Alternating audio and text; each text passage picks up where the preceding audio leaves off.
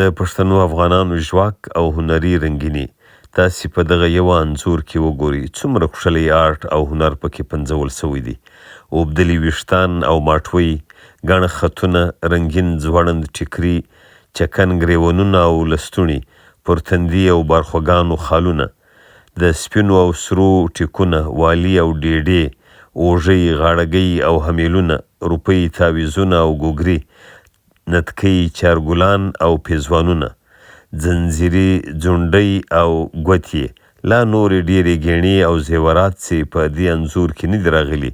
د پښتنو افغانانو د بډایه کلتور شاهدي ورکوي. په افغان ټولنې کې چې د جامو او ګېڼو څومره بلها ډولونه او رنګارنګي سته، د هغو ساری د نړۍ په هیوادونو کې کم تر سترګو کیږي. بل پښتني افغان میرمنې پر خپلو ګریوانونو، پایڅو، لستوڼو، لمنو او ټیکریانو چې کوم بوټي، ګلان او د ژوند نور کښلي انځورونه چکن کوي،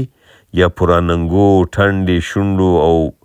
مړوندونو چې کوم خالونه کاږي، هغه د دوی له ژوند، چاپیریال، آرامۍ او سوکالۍ سره مینه څرګندوي. راسي خپل ژواک او ژبه له بهرنیو یرغلونو وژغورو چې د نړۍ په کلتوري بڼ کې د دغه کښلیو وګړو ګل هم تل تاند او ځل بل ولاړ وي.